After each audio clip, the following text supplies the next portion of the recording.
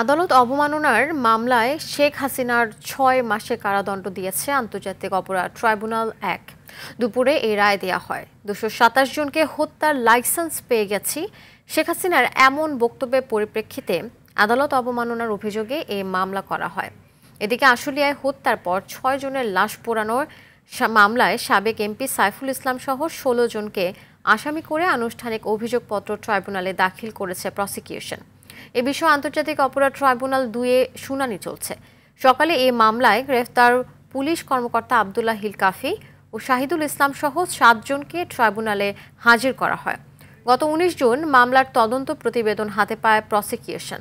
এর আগে ১১ সেপ্টেম্বর এই ঘটনায় মানবতাবিরোধী অপরাধের অভিযোগ এনে ট্রাইব্যুনালে মামলা করা হয়। আশুলিয়া থানার নির্মমতা নিয়ে দেশব্যাপী যেই হাহাকার চলছে সেই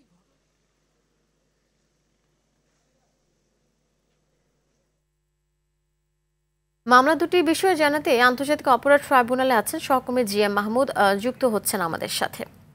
মাহমুদ, শেখ হাসিনার সাজার রায়ে কি বলা হয়েছে, আর আসলে লাশ পোড়ানো মামলার সর্বশেষ খবর কি রয়েছে আমাদের জানাবেন বিস্তারিত।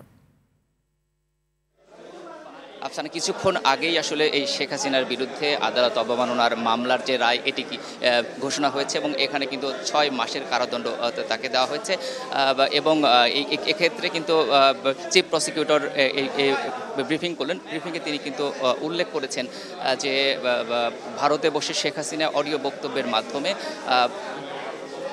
তার বিরুদ্ধে যারা মামলা করেছে তাদের আসলে হুমকি ধমকি দিচ্ছেন এবং এই যে বক্তব্য এটি কিন্তু ফরেন্সিক প্রমাণও মিলেছে।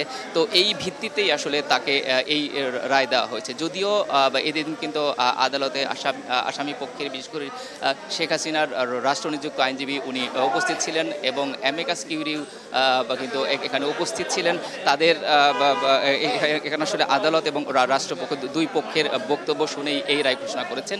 বিচারপতি গোলাম মোর্তজা মজুমদারের নেতৃত্বাধীন ৩ সদস্যের বেঞ্চ কিন্তু আসলে এই রায় দিয়েছেন।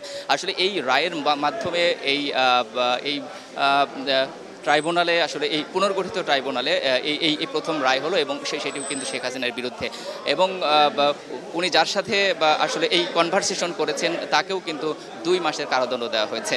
তো এই রায় নিয়ে আসলে সন্তোষ প্রকাশ করেছেন প্রসিকিউশনের পক্ষ থেকে, এমনটি জানানো হয়েছে যেহেতু অপরাধ প্রমাণিত হয়েছে এবং এই রায়ের মাধ্যমে আসলে এই ধরনের অপরাধ পরবর্তীতে কেউ সংগঠন করতে পারবে না, এমনটি তিনি জানিয়েছেন। এদিকে আশুলিয়ায় ৬ লাশ পোড়ানো মামলার ক্ষেত্রে এখানে আসামি কিন্তু ১৬ জনের মধ্যে ৮ জন গ্রেপ্তার, এর মধ্যে ৭ জন আজকে উপস্থিত ছিলেন। বাকি ৮ জনের বিরুদ্ধে আদালত কিন্তু গ্রেপ্তারি পরোয়ানা জারি করেছে। একই সাথে এখানে প্রসিকিউশনের পক্ষ থেকে আবেদন জানানো হয়েছে এই আসামিদের যে সম্পত্তি এগুলোও যেন বাজেয়াপ্ত করা হয় এবং এ বিষয়ে শুনানি আসলে সেখানে চলছে। তো এই শেখ হাসিনার মামলার রায় ট্রাইব্যুনাল ১-এ এবং ২-এ আশুলিয়ায় যে ৬ লাশ পোড়ানো মামলার সে বিষয়ে শুনানি চলছে।